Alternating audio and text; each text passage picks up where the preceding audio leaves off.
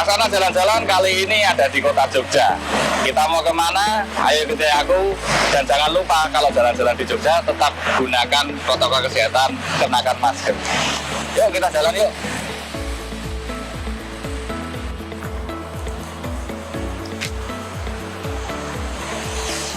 Sahabat Laksana, Anda pengguna bis kota atau Anda masih ragu-ragu menggunakan bis kota?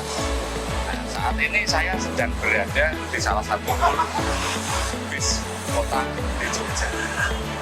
Ini sudah terjajar bis-bis nukleus lama buatan Laksana untuk Trans Jogja. Nah, kita mau tahu lebih dalam nih, ada apa saja sih Trans Jogja dan apa saja layanan di Trans Jogja. Apa istimewanya bis kota? Kita masuk ke dalam.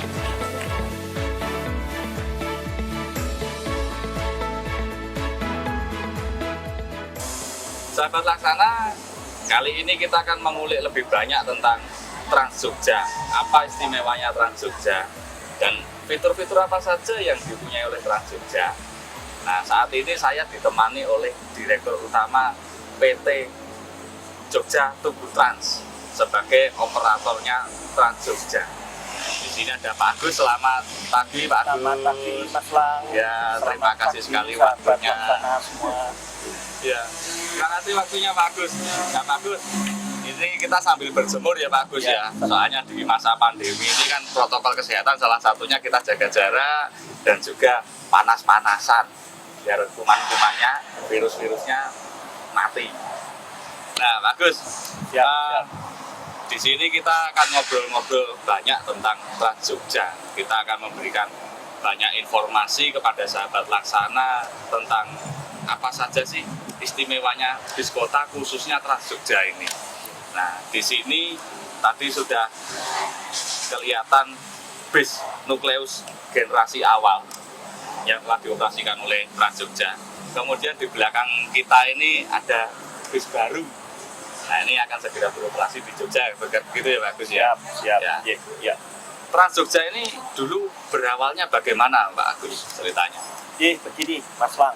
Jadi perlu saya sampaikan bahwa Trans Jogja itu merupakan reformasi total daripada angkutan perkotaan yang ada di Jogja pada waktu itu. Jadi pada waktu itu ada 5 operator di perkotaan yang memang sejak dari tahun 2008 dikarenakan juga kondisi angkutan juga sudah memang mulai menurun dan juga minat masyarakat daripada untuk naik daripada angkutan umum juga mulai berkurang. Makanya pada waktu itu teman-teman dari operator itu membuat satu bentuk konsorsium baru yang namanya adalah PT Jogja Tugu Trans, dan kemudian difasilitasi dengan anggaran, disubsidi dengan bantuan operasional oleh pemerintah daerah istimewa Yogyakarta, membuat satu konsorsium yang namanya PT Jogja Tugu Trans.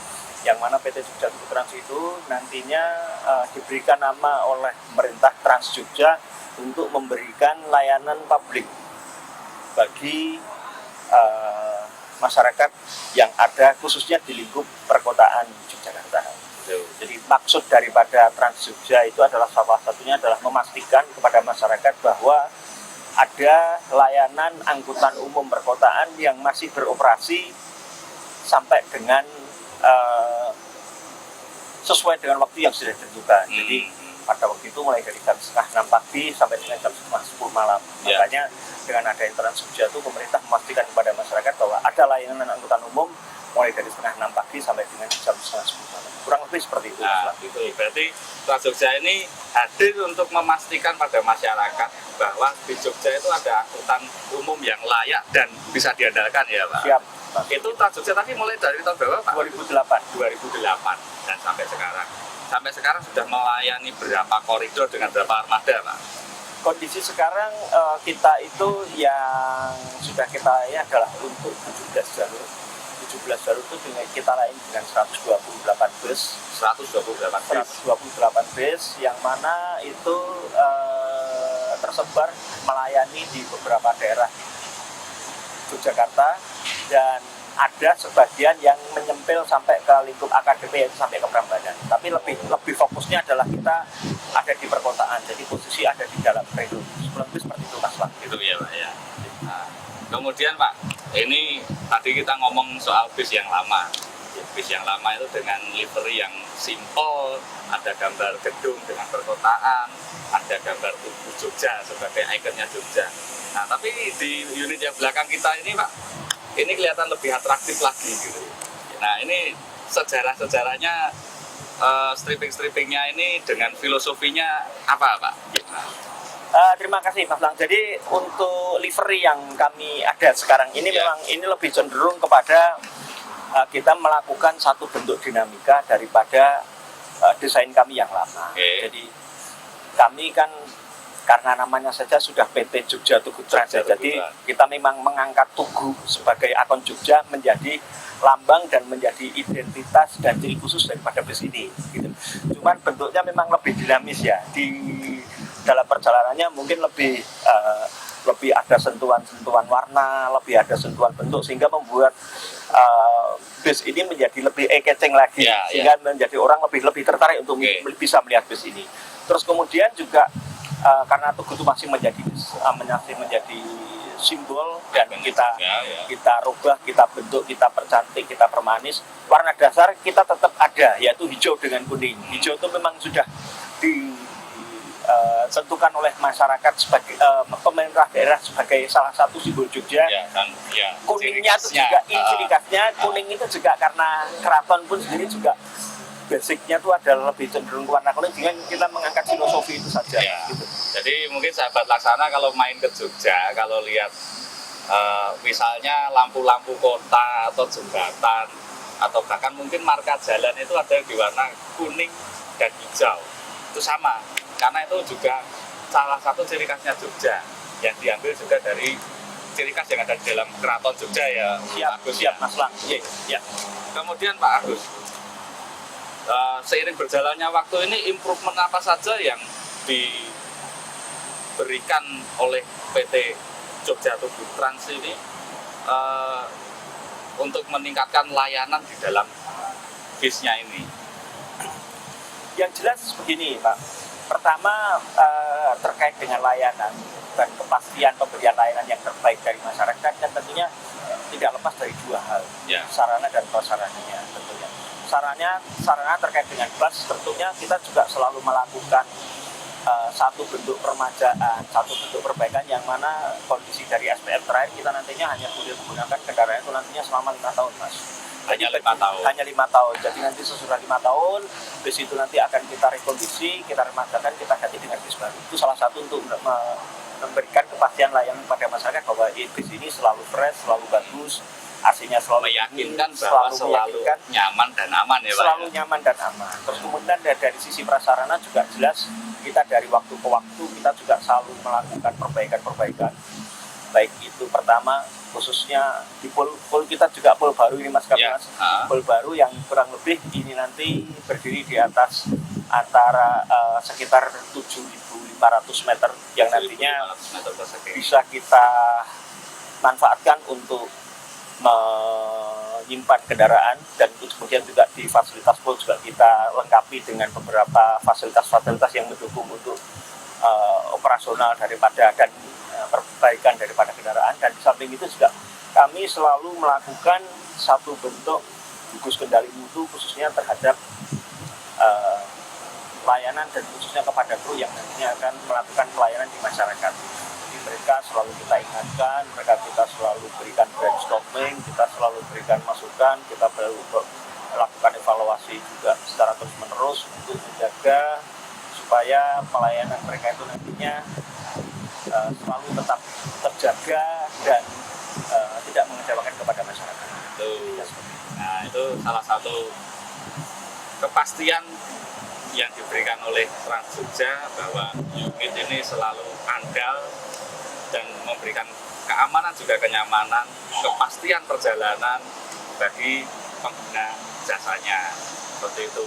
Dan ini tadi seperti yang disebutkan oleh Pak Agus, bis ini 5 tahun sekali diremajakan baru, jadi nggak usah khawatir. Dan unitnya pun kan banyak. kemudian Pak Agus, saya lihat itu di situ itu ada download sekarang di Google Play dan Apple Store. Teman Bus. Nah, Teman Bus ini aplikasi apa ini Pak Agus? Jadi perlu saya sampaikan gini Mas Lang, Teman Bus itu adalah satu aplikasi yang nantinya diharapkan bisa mendukung dan memberikan kemudahan kepada masyarakat untuk melakukan ataupun naik daripada kendaraan ini nantinya. Jadi di Teman Bus itu nanti aplikasinya ada terkait dengan yang jelas begitu dibuka itu nanti kan kelihatan seluruh posisi armada kendaraan kita yang ada di lapangan. Nah, Terus kemudian nanti tinggal kita mau pilih, kita posisinya ada di mana, kita mau pakai jalur berapa, di situ ada. Dan Ya. juga kita bisa tahu persis bahwa posisi untuk bisa sampai ke tempat kita itu nanti bus berapa lama. Itu nanti ada di dalam Teman Bus itu. Sehingga harapan kami, karena sekarang sepertinya handphone khususnya yang berbasiskan kepada yang Smartphone. bisa smartphone Ya. itu kan sudah 100% dikuasai, ada di betul, tangan ya. teman-teman semua atau masyarakat, sehingga itu nanti yang diharapkan bisa membantu untuk mempermudah dalam menggunakan dan meminta dan menginformasi daripada kendaraan bus Trans Jogja ini. Ya. Nah, jadi buat yang main ke Jogja, nggak usah bawa kendaraan pribadi, nanti jalan-jalan di Jogja bisa naik Trans Jogja, karena melalui aplikasi Teman Bus ini, sahabat laksana dan masyarakat umum bisa mengetahui nanti mau tujuannya kemana, download dulu ya, nanti bisa dilihat mau tujuan ke rute Prambanan misalnya, nanti akan ketahuan bisnya yang mana, nomor kode rutenya, kemudian bis ini akan datang tiap berapa menit dan berapa lama lagi bis ini akan datang ke shelternya. Begitu ya Pak Agus kira-kira? Siap, seperti itu Mas kurang lebih. Ya. Jadi nggak usah khawatir, sekarang ini eranya sudah era modern, semuanya lebih mudah, bahkan untuk naik bus pun sekarang lebih mudah. Nah, Pak Agus, okupansi penumpang selama ini bis kota ini bagaimana Pak Agus? Memang seperti ini Bapak, sekarang itu kan ini menjadi tugas kita bersama untuk Ya. bagaimana melakukan push and pull, menarik dan mendorong supaya masyarakat itu nantinya gemar dan kembali naik daripada transportasi umum, khususnya yang kalau bagi kami ya Trans Jogja ini. Namun dalam perjalanannya kan memang ada beberapa hal yang tentunya mengganggu dan menjadi tantangan bagi kita untuk bisa meyakinkan kepada masyarakat, khususnya yang kita agak kesulitan adalah melawan daripada kendaraan pribadi. Itu yang luar biasa karena sekarang itu masyarakat itu maunya adalah begitu buka pintu rumah sudah ada angkutan, sehingga yang paling mudah dari itu adalah sepeda motor dan kendaraan pribadi. Ya. Kendaraan pribadi. Nah ini tentunya kalau dari sisi okupansi memang rata-rata terakhir sebelum pandemi ini Trans Jogja ada di angka sekitar 35% okupansinya. Nah, harapan kami kan memang sesuai dengan target daripada pemerintah, kalau bisa sih ya di atas 50%. Nah ini yang perbaikan sistem, termasuk tadi yang saya sampaikan sarana, kita tidak lebih dari tahun itu juga tidak lebih dari 5 tahun itu juga menjadi satu media juga bagi kita untuk mempromosikan kepada masyarakat bahwa naik kendaraan umum itu juga nyaman. Ya, Naik kendaraan umum itu murah. betul. Dan kita pun juga berkomitmen untuk memberikan layanan terbaik kepada masyarakat dengan bus yang baru, AC-nya dingin, sopirnya juga seragam, identitasnya Terlatih, jelas, sopan, terlatih, ya. ada call centernya. Itu yang membuat satu dari waktu ke waktu yang selalu kita evaluasi untuk perbaikan dan demi memuaskan daripada pelayanan publik. Nah, dalam masa pandemi ini Pak Gus, berarti protokol kesehatan tetap dijalankan ya Pak Gus ya? Tetap. Jadi di samping di kendaraan itu setiap hari kita lakukan pencucian dan juga disinfektan, social distancing juga kita berlakukan di dalam kendaraan. Terus kemudian khususnya yang ada di halte, cek suhu juga tetap pasti. Terus kemudian di dalam kendaraan juga tersedia hand sanitizer. Seperti itu. Ada petugasnya yang kontrol di dalam untuk mengatur penumpang supaya tetap menerapkan social distancing. Ada pramugara. Ada pramugaranya yang mengatur nanti supaya sahabat laksana dan masyarakat luas yang mau menggunakan bis kota ini untuk tetap menjalankan protokol kesehatan di dalam bis. Nah, seperti itu tadi. Jadi bis kota ini tetap menjamin perjalanan sahabat Laksana tetap aman, tetap nyaman, dan yang pasti dengan bis kota ini tarifnya murah, bisa kemana-mana. Dan ke Jogja itu lebih enak lagi kalau memang sahabat Laksana nggak usah bawa kendaraan pribadi, soalnya mengurangi kemacetan di Jogja. Tentunya seperti itu. Bukan begitu Pak Agus? Seperti itu kurang lebih Pak. Nah, kira-kira dari Pak Agus ada harapan apa atau pesan-pesan khusus pada masyarakat luas, khususnya untuk menggunakan Trans Jogja, Pak Agus? Ya, yang jelas saya bisa sampaikan kepada masyarakat, karena sekarang kami juga bertransformasi untuk selalu menjadi lebih baik dari waktu ke waktu. Apabila teman-teman masyarakat nanti akan bepergian ataupun menuju ke Jogja, bisa menggunakan Trans Jogja sebagai transportasi umum yang nanti ada di Jogja, karena terus terang saja dengan naik transportasi umum itu nantinya akan membantu kepada pemerintah untuk bisa membuat Trans ini menjadi lebih memasyarakat lagi di kota Yogyakarta khususnya.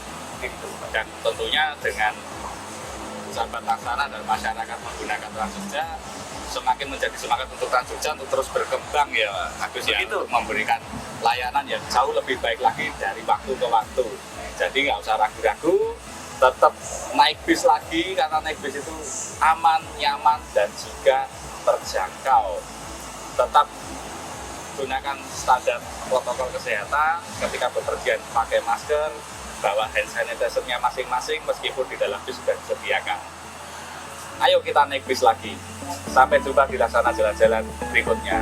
Terima kasih Pak Agus. Sama-sama Mas Lang.